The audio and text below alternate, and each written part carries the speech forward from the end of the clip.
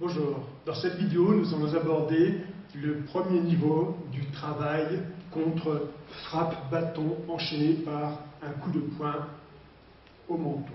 Okay. Donc là c'est numéro 1 cross, ce qui correspond en point nu à jab cross. Okay. Alors, première chose, la garde. Donc la garde, c'est la garde Kali. Pour moi, garde Kali, garde Jeet Kune Do, c'est la même. Donc ici, la pointe du bâton est dirigée un peu vers l'avant. Je suis en appui sur les deux jambes, le polycorps légèrement sur la jambe, un peu plus sur la jambe avant, prêt à bouger, le corps souple, les talons souples, tout en mobilité. Les déplacements. Premier déplacement, déplacement frontal. Je suis en garde, j'avance le pied avant, le pied arrière suit, je recule le pied arrière, le pied avant suit. C'est-à-dire que là, j'avance, le pied arrière suit, je recule, le pied arrière suit. Okay. Je suis en garde vers l'avant, je suis ici, je suis là. Quand je suis en garde, le pouce de la main arrière touche le sternum ou le pectoral pour éviter que la main se promène n'importe où. Comme ça, elle est prête à faire des parades, elle est prête à frapper, à faire des contrôles, à saisir, etc. Le deuxième déplacement, c'est le déplacement latéral. Donc je décale le pied droit à droite, le gauche suit, je décale le pied gauche à gauche, le droit suit. D'accord? Donc, droite-gauche, gauche-droite. Si je le fais de profil, droite-gauche, gauche-droite, vous voyez que mes pieds sont sur des rails. À aucun moment je ne ramène les deux pieds, pas dans le basique en tout cas. Okay? Dans l'application, c'est un peu différent. Troisième déplacement, pas chassé, mais c'est un chassé-marché. C'est-à-dire que j'amène le pied arrière à côté du pied avant, donc à côté, un pas derrière, et j'avance le pied avant. Je recule le pied avant à côté du pied arrière, et je recule le pied arrière. Donc ça fait 1,5, 1,5, 1,5, 1,5, de profil, ça donne 1,5, 1,5, 1,5, 1,5. Alors, c'est un chassé-marché, tout simplement parce que si je suis sur un sol instable, je ne peux pas faire un chassé très rapide. D'autant plus que si j'essaie de frapper dans un chassé très rapide, je ne suis pas suffisamment stable pour optimiser ma frappe bâton. Okay. La seconde raison, c'est que si mon adversaire est proche, relativement proche, je peux faire un petit chassé-marché. S'il est à une distance moyenne, je peux faire un chassé-marché normal. S'il est un peu plus loin, je peux aller croiser pour frapper, croiser pour repartir aussi s'il me met la pression. Alors il est évident que quand j'attaque, quand je défends, normalement, je ne reste pas dans l'axe, je vais peut-être partir un petit peu en diagonale pour ne pas subir la pression. Donc, trois déplacements, frontal avant, arrière, latéral, droite, gauche, et chassé-marché, okay. Les angles de frappe que nous utilisons pour ce premier niveau, j'arme ici, je frappe en numéro 1, et je reviens, j'arme, je frappe en numéro 2, je reviens, j'arme, je frappe en numéro 4, je reviens, j'arme, je frappe en numéro 1, et quand je frappe en numéro 1, je fais diagonale carotide, et regardez bien ici, le tranchant de ma main est dans la direction de ma frappe, ce qui fait que ça détermine la direction et le positionnement de mon arme. Pour le numéro 2, je viens ici, je frappe, et comme vous le voyez, le tranchant de la main est dans la direction de la frappe. Angle numéro 4, je vais ici, je frappe, et là, le tranchant est dans cette direction. Je ne tourne pas la main, parce que si je tourne la main, je viens, comme ceci, me faire des abanicos, mais ce n'est pas le sujet aujourd'hui. Donc ici, 1, 2 et 4. Alors, évidemment, on ne reste pas en statique. Là, c'était pour vous montrer. Quand j'attaque, j'arme, je fais un déplacement frontal, je frappe et je reviens. J'arme, je fais un déplacement frontal, je frappe et je reviens. J'arme, déplacement, frappe et je reviens. 1, 2, 3, 1, 2, 3, 1, 2, 3. Il est évident qu'en termes de rythme 1, 2, 3, en fait, c'est surtout pour les débutants, pour leur apprendre à avoir un axe correct, un angle de frappe correct et un déplacement coordonné. Après, ça fait plus 1,5, 1,5, 1,5. Okay, ou un quart, suivant votre capacité, et ça peut vous frapper avant d'avancer, etc., etc. Bien. Alors, donc de profil, ça fait 1, 2, 3, 1, 2, 3, 1, 2, 3. Mais vous pouvez aussi attaquer et repartir en chassé. C'est-à-dire, je fais 1, 2, 3, 1, 2, 3, c'est-à-dire que vous avez trois possibilités. La première possibilité, j'avance en frontal en frappant, quel que soit l'angle, et je repars en frontal. Deuxième possibilité, j'avance en frontal, mais je repars en chassé, comme ça me permet de reprendre beaucoup de distance si j'ai un adversaire qui reste sur place et qui met un peu de pression vers l'avant. Voilà. Ou si mon adversaire est plus loin, j'attaque en chassé, et quand je reviens, je peux revenir en frontal, mais surtout je peux revenir en chassé, parce que revenir en frontal ici, de par votre position, en fait, c'est un peu lourd pour repartir avec les jambes arrière, donc chassé.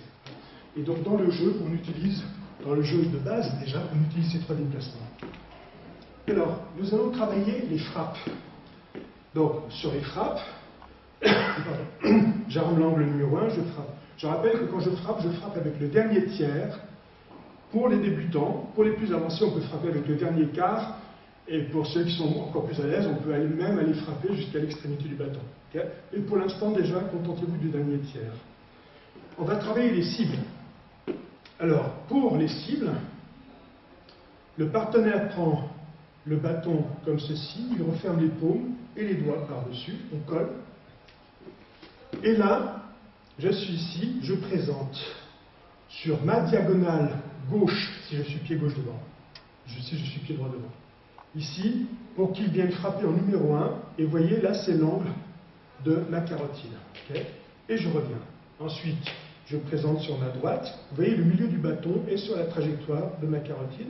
Et ensuite, je descends la main gauche, et je descends assez bas pour que le milieu du bâton corresponde à mon flanc. Donc je fais 1, je reviens, 2, je reviens, 3, je reviens. Donc, le premier, c'est pour l'angle 1, le deuxième, c'est pour l'angle 2, et là, ici, c'est pour l'angle 4.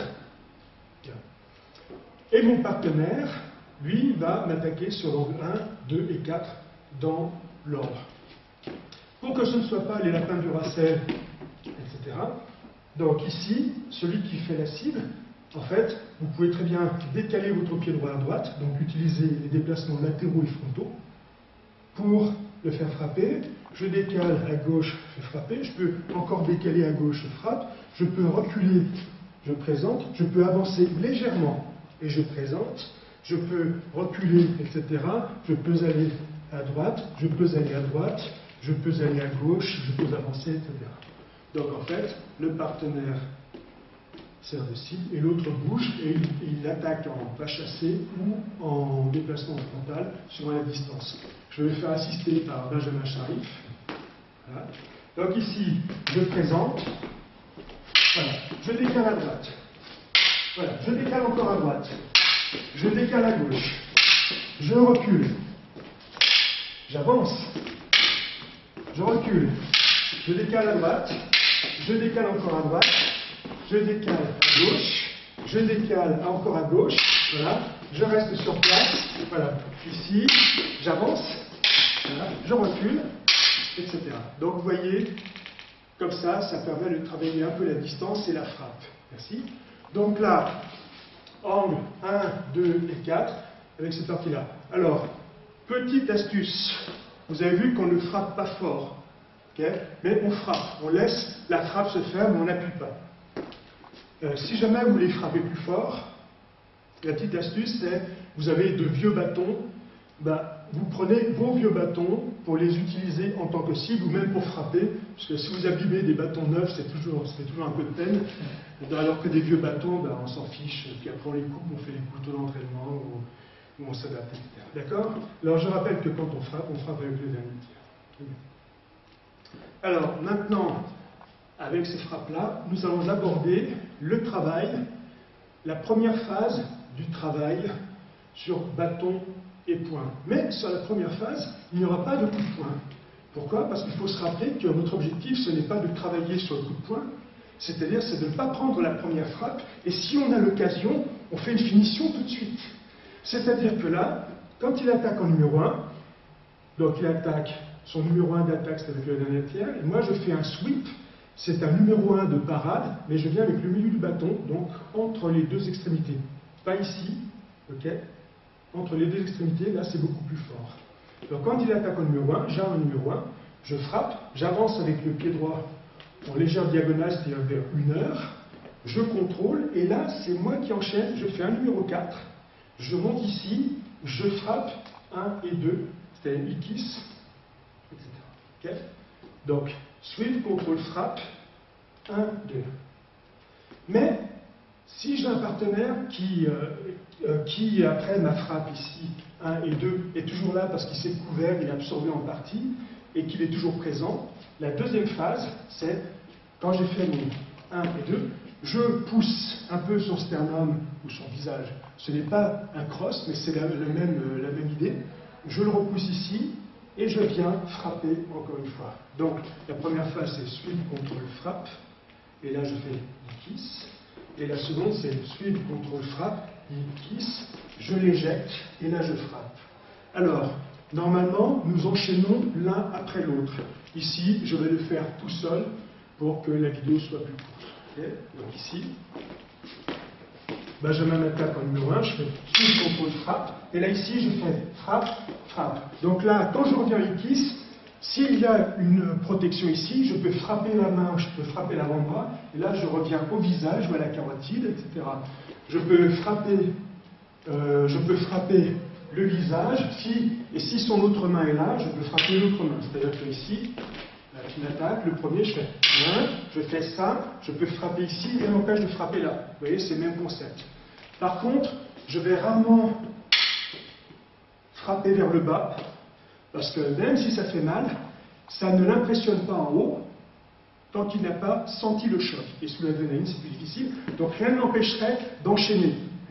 Et donc, si je ne fais pas attention, je peux prendre un coup. Okay. Donc le premier, c'est... Et là, je frappe et je frappe. Le second, c'est... Je viens ici, mais j'ai un adversaire qui est toujours là, donc je le repousse et je frappe.